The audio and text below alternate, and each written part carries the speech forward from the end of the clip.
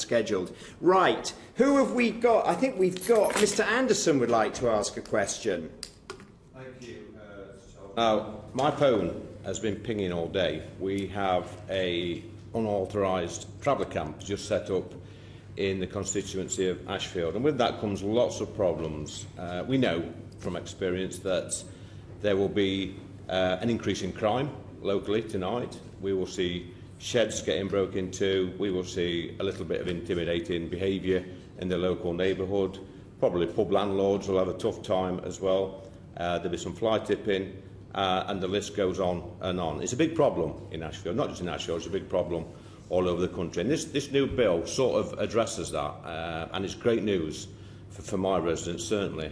And I did a survey. I surveyed 1,000 people in my constituency earlier this year, and I've just run through a couple of the questions, not all of them. And the first question was, do you think the travelling community respect the rights of the local community when they set up camp in your area? Only 4% said yes. And do you think the Home Secretary is right when she said that we need to give our police tougher measures to stop unauthorised camps? Only 3% said no. The last question, not go through all the questions, the last question I'm going to give you is, do you think crime rises in the area when an illegal camp is set up? And 92% of my residents said yes. So this bill is great news, because what it'll do, it'll actually see a decrease in crime on the 4 or 5 times a year when unauthorised camps are set up in my community. So I'd like to ask the witnesses, really, do you agree with me in this bill that crime will reduce in places like Ashfield because of these new measures to stop unauthorised camps? The yes or no answer. Professor Clark. Well, I'm speaking to you as someone who is employed as a professor, as a researcher for more than 25 years. And I suppose we need to begin with maybe querying the methodology of the survey that was just mentioned there, and how robust that kind of response and the data is there.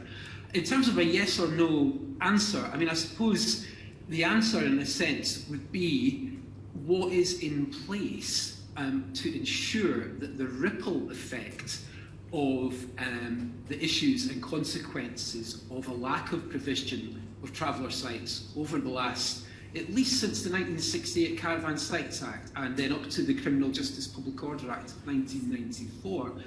And I suppose the concern is that if people have nowhere to go, if there are no legal sites in the area, then these encampments will not go away. And unfortunately, this new legislation, which I think is going to be just about as unpopular as the 1991 Dangerous Dogs Act, if we all remember how unpopular that was.